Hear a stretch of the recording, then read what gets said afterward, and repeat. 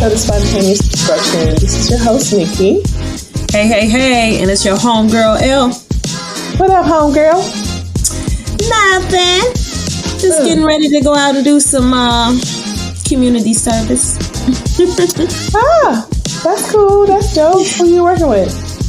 The firm. I'm working with the firm. We're getting ready to develop and shape some young minds at a high school here in Atlanta. So I'm getting ready to do that today. How about yourself? What you got going on? I'm just drinking smoothies. I'm drinking my coffee now, girl. I know. I need my energy for these young people. Oh my gosh, yeah. We usually don't record in the morning, but hey, here we are.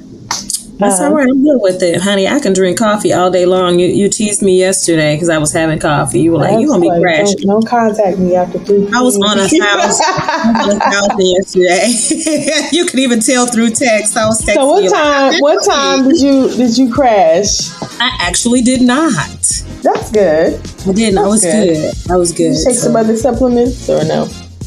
I didn't. I really didn't. I guess, I wonder if I did crash at the end of the day because I was supposed to go to the gym. I did not. I ended up taking a walk in Grant Park, just getting some exercise. And I haven't exercised probably in the last 10 days or so. And even in that park, I was huffing and puffing. It's very hilly in there. Yeah. Yeah. I also did not go to the gym. I ended up working until about midnight just on some different projects, and so I was. Oh my gosh! I meant to actually message you because when I left the parking lot at work, I still saw your car. I was like, oh, okay, and I left at about 6. Mm-hmm. Ooh, okay. Were you in the office or were you at home? Part of the time, yes, but okay. I didn't actually quit and shut down and actually think about food till it was probably midnight. My gosh. Okay. So I exercised my mind, but not my body. That's some exercise. That's not actually good also. Yeah. But yeah, unfortunately, I'm not a big coffee drinker. I drink coffee. I love coffee, actually, the taste of it. But I only like the sweet stuff. So it's the smell of it for me. I love the smell of coffee and bacon. I swear that heaven probably smells like both. I have to get my energy from something else. So I have my little vitamin cocktail. But yeah. All right. Well, let's get into some technically speaking news. All right. Let's talk about Amazon. Okay. Amazon, as we know, is the world's largest online retailer. Okay. Mm-hmm. They're a giant in the market. All my money. Okay. They get a lot of folks' money. So, a lot of the products, of course, come from, all sorts of third-party sellers, right? All right. So the federal government has announced it's also responsible for the safety of the products that it sells. In a recent decision, the Consumer Product Safety Commission voted unanimously that Amazon has a legal responsibility to sell items on its platform and have been shown by this CPSC to be unsafe or dangerous. Okay. Interesting. Yeah. I mean, that's a no-brainer. They should know they should be responsible for the things that happen on their platform. But let's not take a page from Elon Musk and X. He doesn't take any responsibility for what happens on his platform. But anyway. It's so weird to me because it's third parties that, they're a third party. So that's interesting. What do they say? All right. So the government says that more than 400,000 products are subject to the order. And the products are ranging from carbon monoxide detectors, hair dryers, that don't have electrocution protection, and then children's sleepwear that violate federal flammability standards. Okay. So the pajamas for the babies could catch fire. So the commission says these products are substantial hazards to the public. Okay, so Amazon says when the products were discovered, which they eventually did discover, they notified consumers and told them to stop using them and offered refunds. But the CPSC said Amazon didn't use the word recall. It's a word that expresses urgency. So Amazon argued that its job was fulfilled and it's up to the third-party logistics providers. I don't know. What do you think? I think it's really interesting because I bought an electronic product from Amazon. Me too. That was recalled. Yeah. Well, And did you get the recall from Amazon or did you get it from the third party seller? from Amazon. Okay. And from Amazon. So, and it was a while back too. So I don't know if they've kind of changed their stance on this, but you would think that, okay, so they have their stuff called like FBA or fulfilled by Amazon. Mm-hmm. I think in that case, they would want to do more to like vet the sellers and their products. But to the extent like they're just offering a platform for third parties to sell their products. I mean, I think they can enforce that. I don't even know why they would push back on this, to be honest. I don't even know why they would push back on this. I mean, you have babies catching on fire. I mean, I know. It just doesn't make sense. And I bought a hairdryer. So when you got notified of the recall, did it come via email? How did it come? Maybe email. I missed that email, child. Okay. It was email. What happened to your dryer?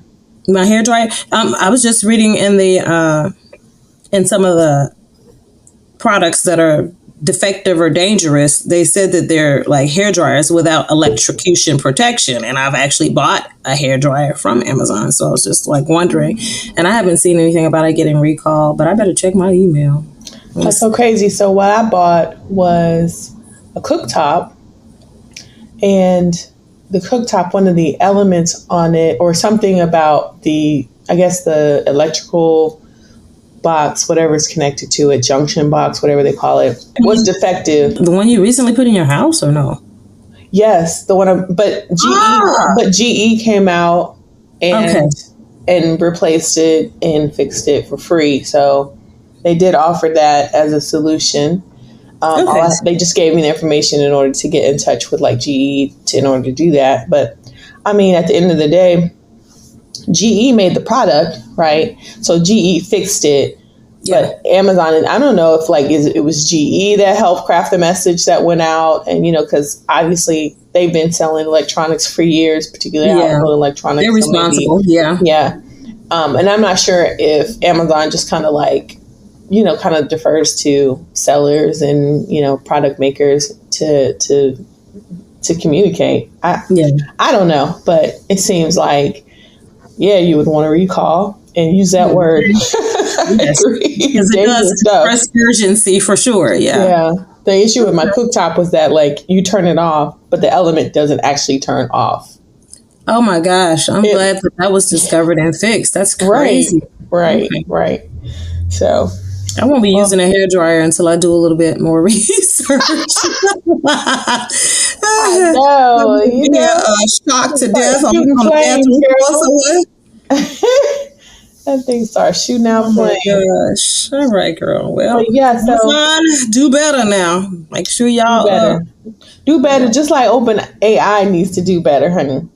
They, of course, like we're all familiar with their ChatGPT products and all their AI work that they've done. Mm-hmm. But essentially, they're being sued. Well, a YouTuber in particular is looking to open a class action suit against them because they are using transcripts from creators' videos in order to train their AI and train. They are being really sneaky about with no compensation, though. No compensation. I think that's legit. Like I think that, and it's a class action lawsuit. Yeah, that's going to definitely get some traction. I believe. Yeah, I don't think they're asking for enough money. And they're asking for $5 million. That's definitely not enough. I don't know. What do you think of the whole AI thing? I read somewhere that they're thinking that the AI bubble is starting to burst. People are just tired of the term, even. Yeah, well, I do think it's just kind of like it's just forced down our throats, right? Like AI, but I disagree. I don't think it's going anywhere. No, I mean, I don't think it's going anywhere. I think we're only going to see more of it. You think so? You don't think it's going to stabilize and level out like the whole .com boom when everybody had a .com business and then all these businesses were shutting down? I had a girlfriend who worked for one of the .coms. They were paying astronomical amounts of money to folks, and then all these businesses started closing. Well, I didn't predict that bust, and I probably wouldn't be able to predict this one. But I think the fact that AI gives companies an opportunity to cut costs in an era where everything cost wise is rising, that they're not going to stop their push to keep, AI coming. The thing is, like, AI on its own is not an intelligent being, right? Yeah. And they have to scrape and basically pull data from humans in order to train it. So I think I don't know. I'm torn about it in terms of its use. I've used it and I think it's been beneficial for me, but I think I don't know what's going to happen with it. I think it's here to stay, though, for sure. Yeah. I think it's here to stay. I just at some point, it's going to start training itself. It's going to be, let me help myself to this little piece of data. Well, hell, it probably needs to, especially if it's dependent on dumb people. So I don't know. Yeah, right. Some people are not right. the brightest. And people are getting so unstable. Yeah, folks are just getting so unstable, especially with misinformation. So you're learning from people, and people are starting to spread crazy things. So I don't know. I think it's interesting too that OpenAI in particular is so out front. You hear about them all the time in the context of like AI discussions, and even Elon Musk is suing them for something right now, saying that, oh, well, you guys started as a nonprofit, now you're saving all your more sophisticated tools and stuff to try to sell to, commercial businesses. So basically he's saying, well, why didn't I think of that? You know what I mean? Like, I just feel like, if he, who is one of the richest people, in the world, is targeting them, he sees something. So he's trying to, just like Amazon initially started as a little bookstore, and it's like, like they just started cannibalizing like all these small businesses. Insane. Yeah. So I wouldn't be surprised if Elon tried to buy them, and they were like, "No, we're good." Who knows? And that set him off. I don't know. We'll see. But I do think it's here to stay. Agreed. Well, let's get into some low vibes. Oh my goodness. This next story, talk about being traumatized. Okay, I'm also traumatized by this story. So there's a New York woman who went to get Burger King for her 4-year-old daughter, and she found a very unexpected substance. Okay, so this Burger King temporarily closed a restaurant in New York for deep cleaning after a TikTok video showing a meal that appeared to be smeared with blood. Okay, and it went viral. Girl. So Tiffany Floyd went to a Burger King in somewhere near Buffalo to get a meal for her 4-year-old daughter. And she said she heard her daughter from the back seat say, Mom, I don't want ketchup. She said, so she took the bag back thinking that they messed up her order. She looks in the bag and there's blood all over the bag, her toy, her fries, everything. Okay. I don't know if you had a chance to take a look at this or look at the picture, but clearly, like, why would you even continue to pack this bag? There's blood all over the wrapper. To put that in a bag and hand it to somebody. It was disgusting. Okay. The video, it showed what looked like blood splattered on the wrapper. There was actually blood on the burger itself. So the mom told her baby to instantly spit out the food. Oh my gosh. She ate some? Oh my gosh. She ate some of it. So she was deeply upset, which I can understand and concerned. Okay, so Burger King, a spokesman also said that they were deeply upset and concerned to learn of the incident. The incident apparently occurred when a team member in the restaurant cut their finger or whatever, and then they noticed it and they immediately stepped away. I'm like, noticed it? It sounds like they were bleeding profusely. If you got blood all over the wrapper, girl was so grossed out by this. She told the baby to spit the food out. She had some of the fries and a bit of her burger. It's ridiculous. I was totally grossed out by this story. So a Burger King spokesperson said that the company was deeply upset and concerned to learn of the incident, and that it apparently happened when a team member cut their finger in the restaurant and noticed it and stepped away. I'm like, cut their finger? And they just like noticed it with all the blood that I saw on the burger and the wrapper. I mean, that seems like a pretty bad cut. And then I don't even understand how somebody still packed it up. Yeah, no. Customer. That's just crazy. Disgusting. Yeah. So yeah, they closed the restaurant, and I've heard, for a deep cleaning, I've heard since then that it has been reopened.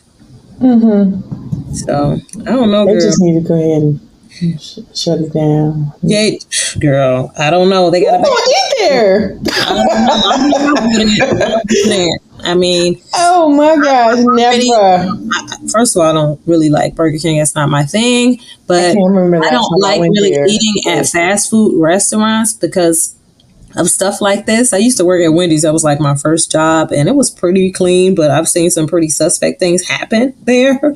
And then when I go to nice restaurants, I just try not to think about it. But anytime you eat out, it's a crapshoot. You just pray that the folks are following guidelines and they're clean. So imagine if somebody was to stop. Oh, my burger's just a little rare. Oh my God. I don't even think about that. Oh my God. That is so disgusting. It's a little rare. I kind of like rare burger. I don't like my God. It's disgusting. Yeah, no, they would be shut down. And if my child was harmed in the process too, like, I don't know, man. Yeah, the insanity of it.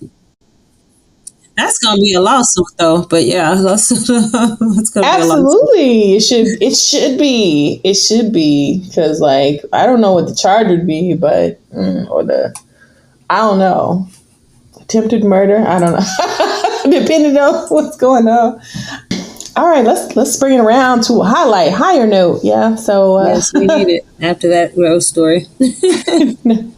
Tunde Onakoya, a Nigerian chess player, has just set a world record for playing the longest game ever. He played for 60 hours. 60 hours? On the cold New York streets, too.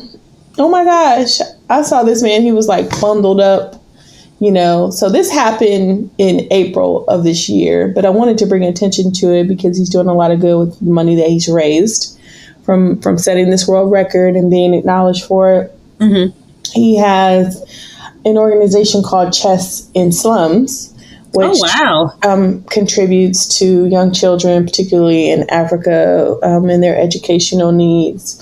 So, and it has also kind of sparked this whole generation of young chess players who are interested in the game and, thinking of it as a way to get out, basically.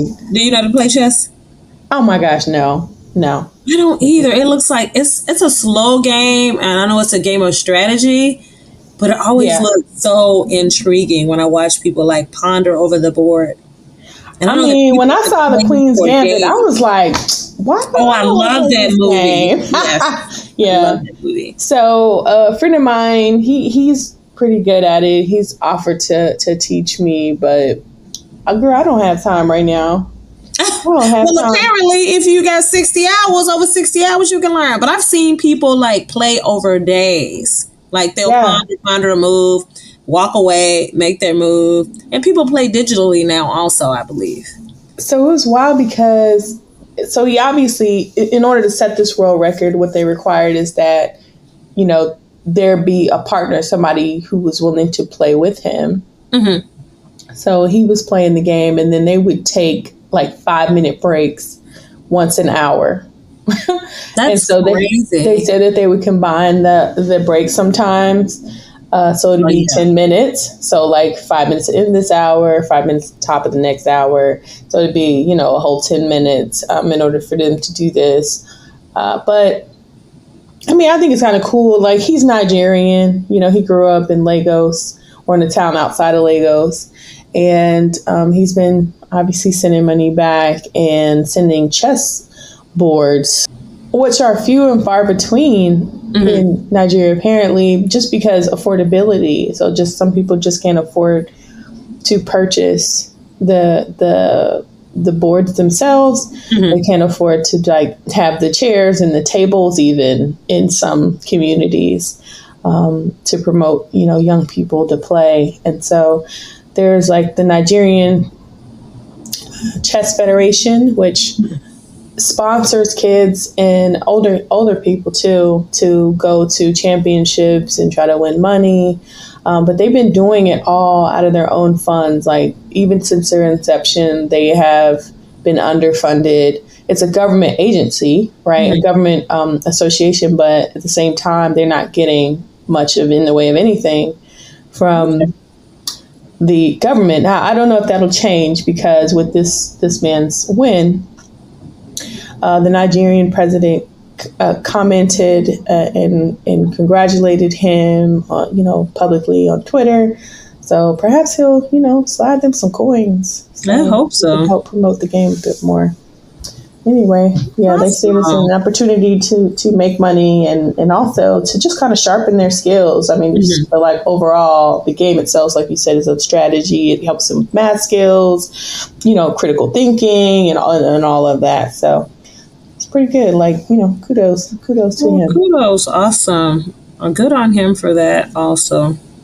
Absolutely. 60 hours. I'm impressed. I can't even stay up. Imagine, yes. I know, right? I don't even understand how again, because it's a game of strategy and, you have to really, concentrate and think, and you haven't had sleep in 60 hours. So, yeah, congratulations. Right. Yeah, that's impressive.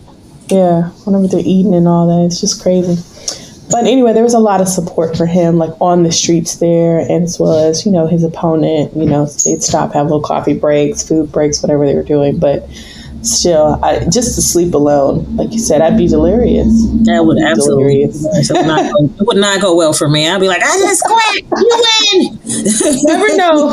I think if we set out to do it, we probably could. But it's just not on my top list of things to do. But anywho. Well, what's thinking on the internet? All right, Internet of Things. So we got a man that's been arrested for allegedly plotting to kill U.S. leaders. Okay. Who is he and who he trying to kill?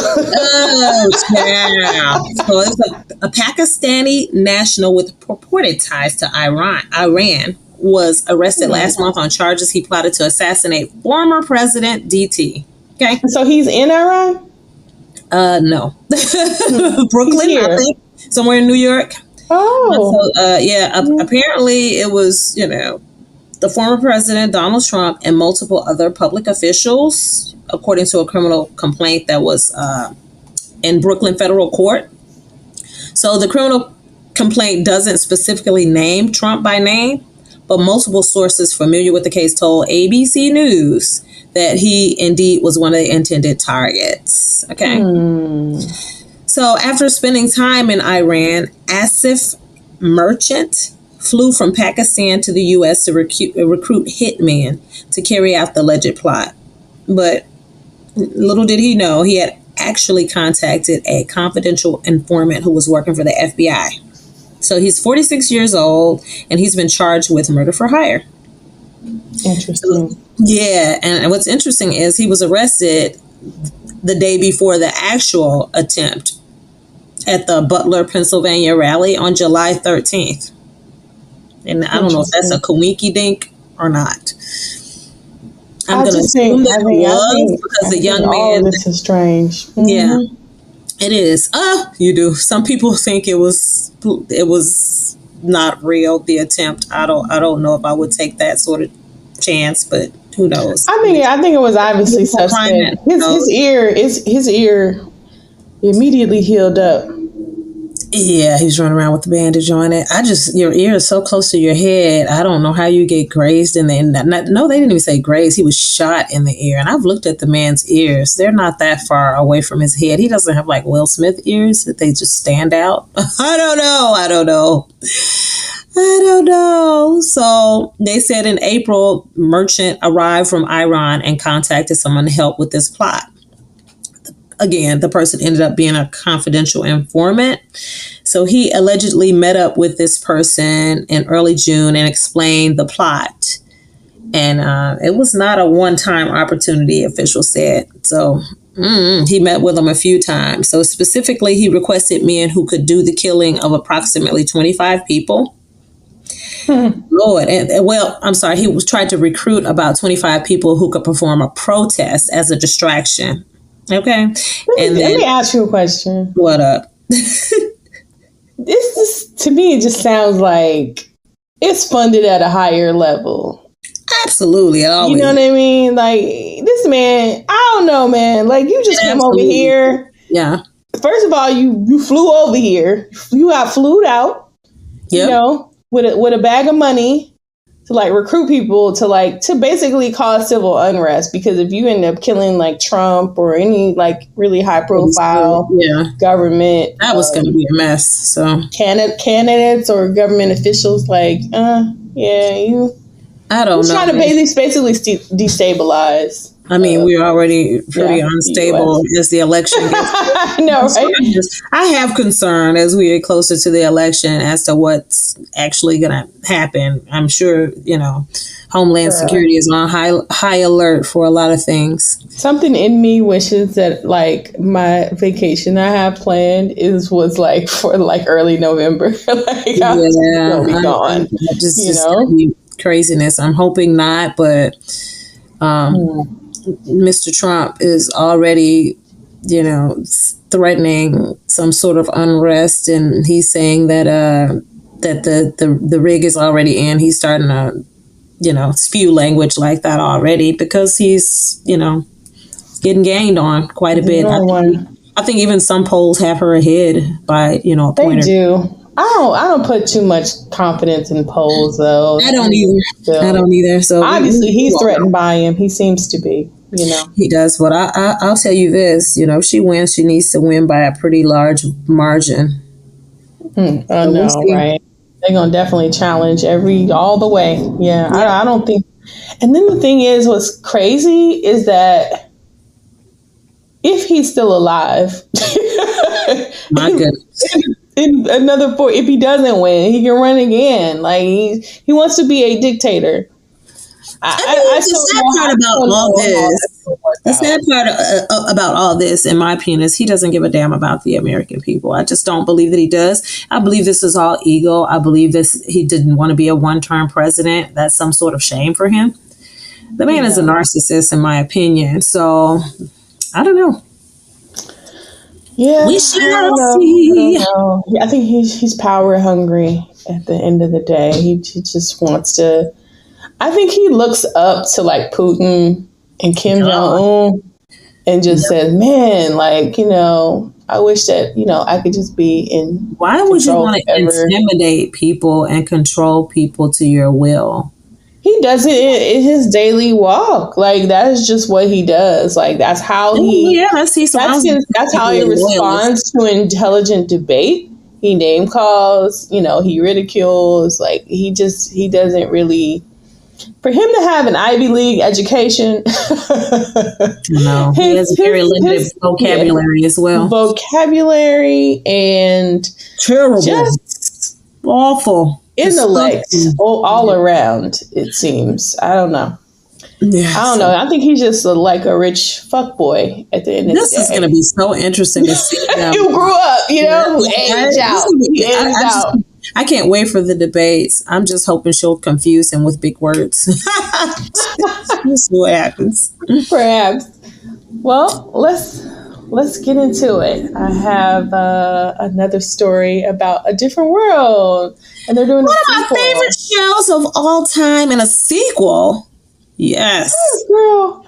Well, they're doing a sequel. So I will say, okay, it's really kind of like a spinoff. They're calling it a sequel, but really it's Whitley and Dwayne's daughter is to be the center of it. And she is now going to Hillman, the fictitious HBCU, which they definitely modeled off of whole like AUC and, Spelman and Morehouse or whatever. But yeah, so it's going to be on Netflix. They haven't released a date for when it's happening, but it's a series. It's not going to be like a movie. It's going to be an actual series. No, it's going to be, I believe it's going to be a series. And I'm so excited for this. Me too. I actually think it's really good. And I was thinking about it and I was like, I think this is probably why a lot of us, like, in addition to our parents kind of pushing us and nudging us to go to school, why a lot of people from our generation, like, took the college route, you know? Absolutely. I can it remember looked being in college. mad fun, you know? Yeah, it did. We used to like pile. It's so funny because we're in the dorms and there was one side of the dorm that had better reception than the other side of the dorm.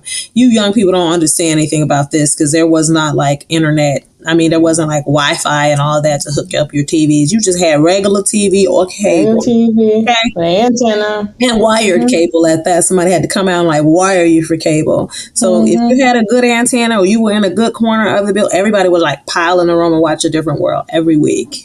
It's like one of my best memories. We did have little watch parties back then. We absolutely did. From Martin too. From Martin too. Oh my God, yes. Martin as well. So yeah. Living Color. I think we need this positivity, and I think some of our youth need to see it, and I think it will encourage them to have that college experience. Well, I've got a little bit of confidence that it's going to be well done because they've been consulting with Kadeem Hardison and Jasmine Guy from. I mean, are they not returning as themselves? I mean, I don't know if they'll make appearances as their parents or not. I think it's kind of in the early production stages, but they have brought on a writer and producer, Felicia Pride, who's worked on Grey's Anatomy and Queen Sugar. Debbie Allen coming back?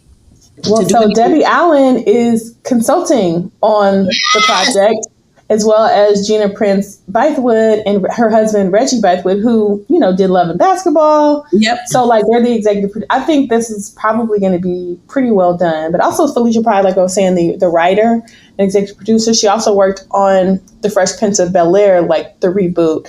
So, it's called Bel-Air. It's called Bel-Air. But I actually thought it was kind of good, I did like it, but okay. Well, I felt like in a way, that was maybe too young for me.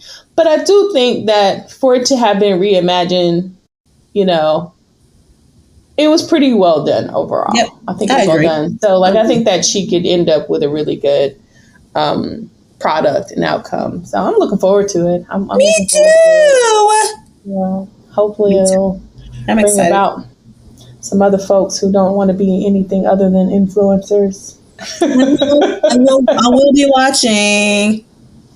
But yeah, so it kind of brings us to our main topic, love blocks. And I'll tell you why. Because you remember the whole tension and back and forth with Whitley and Dwayne, back in the day.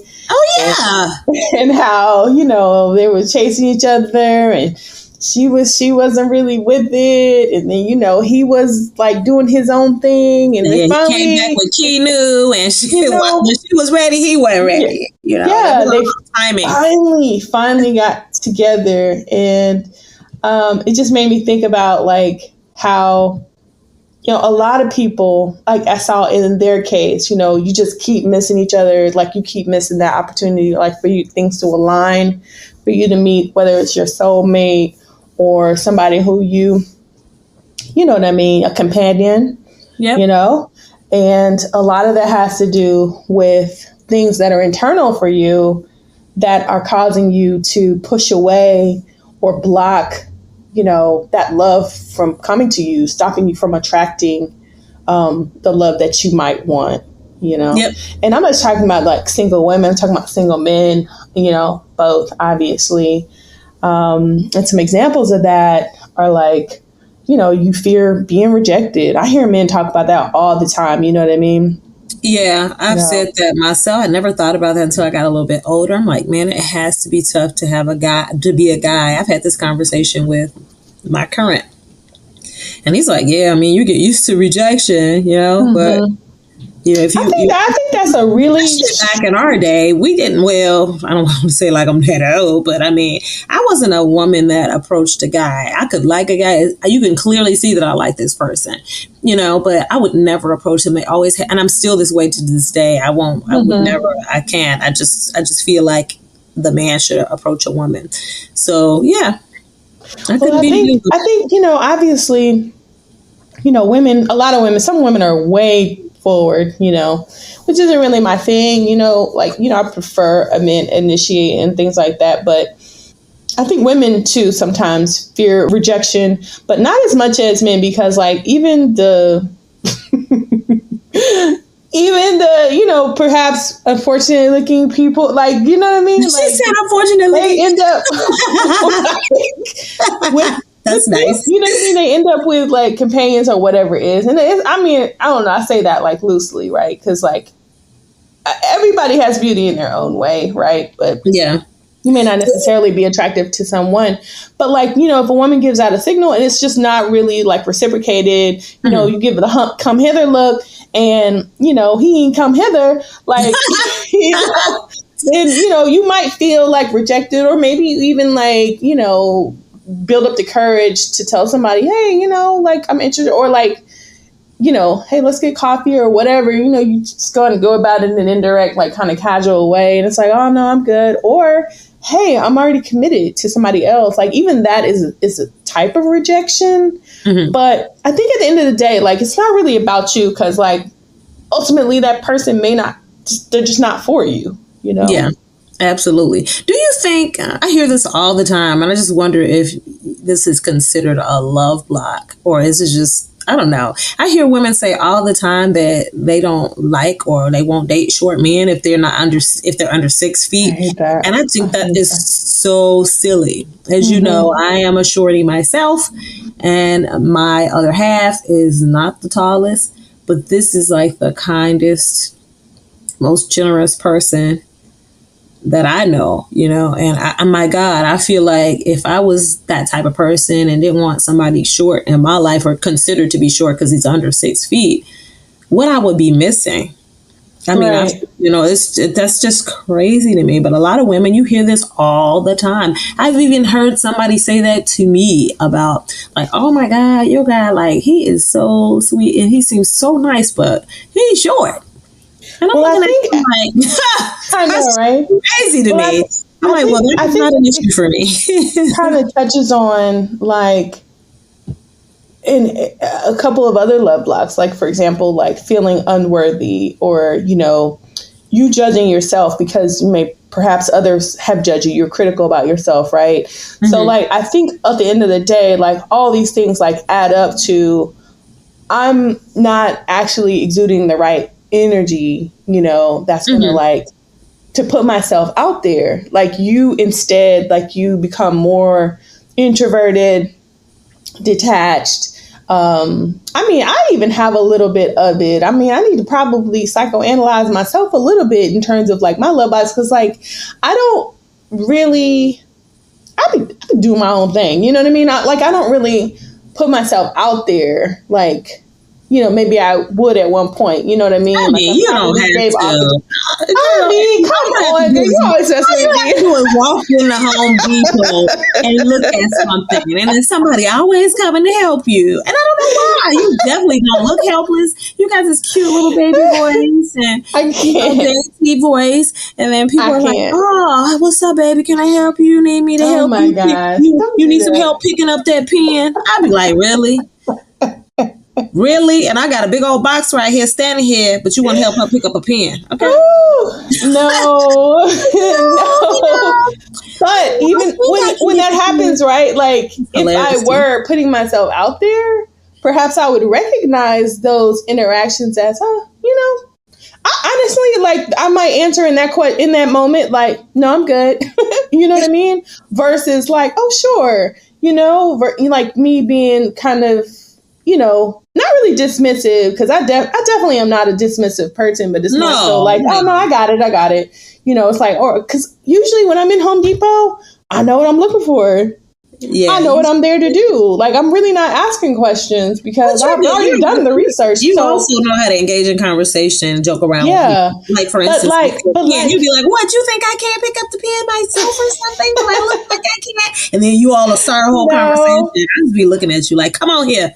No, but like in moments where I might want to, you know what I mean? But like the majority of the time, I'm not really like picking up what they're putting down. Like I'm really not like this is and part of it is just me not giving off like a certain type of, energy and then or response to let people know that, hey, I'm available, that kind of thing. Cause like some people might absolutely take them up on that and then further explore and have more conversation. But I mean, yeah, I don't know. I think I probably need to unpack a little bit of that myself. Like when it comes to being guarded, perhaps closed off about age gap, potentially, love or Yeah. not really allowing myself to explore that, whether it's somebody older or younger than me. Yeah. I think that love blocks can look a lot of different ways, but at the end of the day, it kind of like boils down to you're stopping yourself from. And it takes self-reflection. Love, yeah, it takes self-reflection, and you have to figure out why you're feeling the way you feel. I try to stay open. This has me thinking, though, if I've ever really had any love blocks. I guess everybody should, in a way, have them, but you have to, because it's some sort of defense mechanism. Well, you're in a relationship, but I would say sometimes, one love block that I see sometimes like service with you is like self-judgment. Like you're critical of yourself. Oh girl, my stomach. Mom, I gotta get that. I'm like, what stomach? What stomach? Like, what are you talking about? True. Like, girl, no. Yeah, most people are hard on. I gotta give me a straight jacket. I gotta give me one. Don't be talking about my waist trainer. That's hilarious. That is so funny. But seriously, I'm like, she ain't lying, y'all. She ain't lying. I am very critical of myself. You can still wear a bikini. You know what I mean? Yeah. Like, you good. Like, anybody can wear a bikini, though. True, anybody can wear a bikini, but not everyone should wear a bikini. Come on now. Like, we're going to be honest. Let's be honest. Okay. I mean, but if you got the body confidence, then hey, go ahead. But like, it doesn't necessarily look great. But like, I digress. But yeah, that can be one of them. I think my biggest one is really pessimism. It's really pessimism, and I really need to, I have a lot of negative talk about a lot of things in my life, and I'm trying to reprogram, trying to, speak different and positively, like, but there are some people like, the people in my life who are like super positive, like when I say something, they check me sometimes, and I'm like, oh gosh, right? I didn't even realize, that I was being that way. So, Anywho, well, it's good if you don't feel like you've had any, obviously, because you've been successful at finding love, and it doesn't always have to be always. Like, I've had some dry spells for sure. I definitely have. So not always. Well, you're in a loving relationship, now. So I am now, and you have been longer term. I think being guarded probably, when I think back over my life and how I've chosen to date, I think being guarded definitely was a love block for me. Even when I, selected my husband. Well, he selected me, but I said yes. But what I'm saying about that was, I did go really safe. I felt safer with him. I didn't think that he was the type of person who would like run around and cheat on me, but still the love that should have been there and the passion that should have been there wasn't there. I made a very, very logical choice. I loved him, don't get me wrong, but there were some things that were missing that I thought I could do without, and I didn't think it was a big deal because I felt safer. But I didn't take many chances, I'll tell you that, in my dating life. I was very guarded. Funny, because you remember Whitley, as we were talking about that from Different World, her character, Jasmine Guy's character, like she always envisioned like a certain type of man, right? Yeah. And it was kind of like her low risk, low reward kind of dude, right? That was, I think she dated the senator at one point, and then anyway, some jock, those things. And they weren't, somebody who had like who was her type, basically, certain class, pedigree, who's going to take care of her. She really was not in college. She was like doing what, our white sisters do, which is like go to college to find me a husband, period. Like, that's crazy, somebody with money, whatever. So, I mean, so that's what she was there to do. But she also really wasn't putting a whole lot of value in her life. And I think with Dwayne, in his case, like she would have missed out on that love has she not been able to kind of like clear that, you know, it was a love block for her at the end of the day. Agreed. You know, recognizing her own value, which I think he helped her to see. Unfortunately, she wasn't able to see it on her own, but, you know, I mean, they would have missed out on one of the greatest love stories of all, you know? I pray that for every person, that they recognize their own, like, self-worth before getting into relationships. Recognize and realize your value. You are worthy. That's the problem. Yeah. Mm-hmm. Even if you're unfortunate looking, you are worthy. Ugly people need love too. Everybody's beautiful. You can be different. Yeah. Funny. Yeah. So I don't know. Any final points on that? I think I've said all I'm gonna say. No, I think self-reflection is helpful and releasing love blocks. So that's what I'll say. And especially if you're continuously, I don't know, not giving yourself a chance in relationships, or you're just not in relationships that you should be. You need to think about why that is and figure out what those blocks are.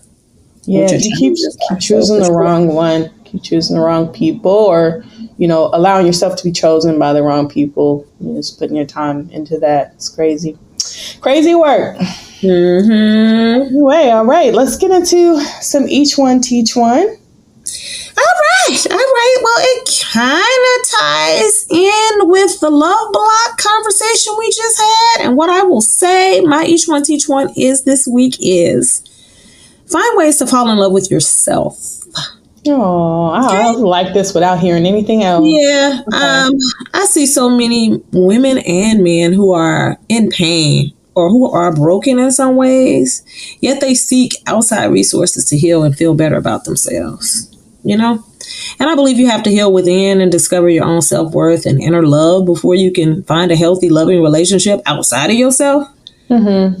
Yeah. So my advice is to be kind to yourself. Speak positive affirmations over your life. Talk nice to yourself. Talk nice to yourself. You know what? And don't lose yourself in relationships at all. Find ways to fall in love with yourself, man. I am going to add just one tip in order to do this, because a lot of people have a really hard time. Like I just talked about being, you know, pessimistic sometimes, right? I have recently started guided meditations. So I've started like listening to guided meditation. So like if you don't know the words to speak positivity on yourself, like find you a good guided meditation or ask some of your friends who might be into that, and like for some recommendations. You can find them on like, you know, Apple Music, YouTube, whatever. Just listen to some of those. It'll have like some things that you kind of speak. Shoot, even Lil Jon. Yeah, you have your mantra. You know? Mm-hmm. But I think those are really good for kind of giving you the words and a starting point for kind of opening the door to speak life into yourself, to love yourself. I think that is great advice. I've done guided meditation. My guide led me to meditation, and I need to do it more. I really do need to do it more. Girl, it's centering. It is really. It is. It really is. You have such a sense of calm and peace when you're done. Yeah. Unless you all about chaos, you know. I don't know. It might even help you too. You know, try it out. Like my niece said over the weekend, don't bring your demons over here. Keep your demons to yourself. Anytime somebody had an attitude, it would be difficult. She was like, "You keep your demons over there. Don't bring them over here." That's real. So, that's my each one teach one. I mean, I've really been thinking about that one, and not specifically has to do anything with my life, but just somebody that I know that I had been close to, but we're not as close as we were, because I think she's just in a situation with someone that, you know, I don't know, that's not healthy. So I'm just like, man, I can't imagine again wanting love or wanting somebody to love me so much that I'd stay in a relationship that's just clearly not good for you. Yeah. But love yourself. Love yourself. Love yourself. Love it. What you got, sis? So mine is just, you know, we've been talking about like, you know, love blocks today, but mine isn't really related to that, but it's more so about like the recognition of things that may be blocking you and clearing the path, right? Clearing the way, clearing that out of the way so that you can move forward and like do what you need to do, put in the work. But my overall message is really just like, you can have a lot of dreams and goals and ambitions and to-dos and whatever. But one, you need a plan, and then just having a plan isn't sufficient. You need action, and you need to put in the work. So like, I was thinking about this last night, how, girl, I would never stay up until midnight. I used to be in bed at like 9 p.m. on the dot, like regular, right? Right. But like, I mean, I'm still an early bird. I still get up early. But when I feel like, when I need to, or when I feel like I need to, I have the energy now to do it.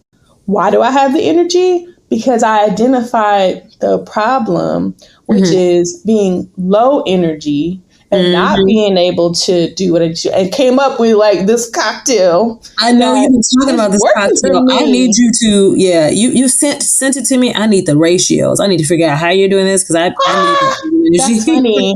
I'm gonna tell you the ratio now. My mom told me about black seed oil, which I haven't used or incorporated yet. So I've had it before. It's not tasty. She said it's disgusting. Now I don't know if it comes in any other forms or anything like that. I really haven't looked into it, but I was telling her about it, recently. But my cocktail at this point is like a women's multivitamin, right? I think we all need that. Now, mind you, this is not kind of taking the place of any other kind of supplements that one might need or use, like collagen or whatever. This is all about energy. So again, multivitamin. I do B12 liquid. So, I like to take it like directly, like under the tongue, kind of absorbs into your system a little faster. Apple cider vinegar. I prefer to do the gummies. It's just easier to get down. Like, I really don't like the acidic, vinegar sitting in my mouth, and it can mess with your enamel and all of that. But either way, it messes with your stomach lining. But like, the gummies are pretty easy on me, even though they have a little bit of sugar, which also helps with energy. Organic maca powder. I have all the stuff you're talking about. I have so far. Yeah, and then only two more: ginseng complex. I don't think I have that in a pill form. It's a pill, so I take it in a capsule, and usually like either once a day or at some point, I'm usually drinking some type of liquid something. So I break it open and just mix it up in there. So like ginseng complex, that I was saying, and then ginkgo biloba. So the ginkgo biloba also helps you with kind of like concentration and clarity, and just. I've tried that. That gives me a headache. Did you get a headache? No, never. I never get a headache. So again, you have to like adjust to like what's going to work for you. I usually don't take any kind of supplements without food. So, I like it though. That's another thing. So I'll read it back again. Women's multi, B12 liquid, ACV gummies, maca powder, ginseng complex, and ginkgo biloba. But I'm saying all that to say, I dealt with that block that was keeping me from being able to push through and pursue. Because I remember at a point, like, I would go work out at night and you'd be like, how you do that? But now you do it, you know what I mean? Like, you figured out like some of, your energy, blocks, things that's that a mind thing for me too, because I was so used to working out in the morning. So I was like, girl, what else you doing? Just, if you need to work out, you haven't worked out, get your ass up and go. Like, you're doing nothing else. That was my fight. So keep moving. So I have to thank you for that, because now I will work out at any time of the day. Thanks, Nikki. If I missed the morning workout and I intended to, like last night I didn't go to the gym, but I was like, you know what, I'm forgiving myself. It's okay, because I went to the gym at like 11:30 the night before. Yep. And did an hour workout, intense hour workout. So I was like, I'll pick it up on Friday. Yeah. And here we are. So, anywho, that brings us to the end of our show. And I want to thank you for sticking with us as we continue to grow. You can listen and subscribe to the show on YouTube, Apple Podcasts, Spotify, or wherever you get your podcasts. We also invite you to like and follow us on IG and TikTok, and email us at spontaneousdisruption@gmail.com to chat with your host or propose topics for future episodes. And with that, we'll see you next week, and we out.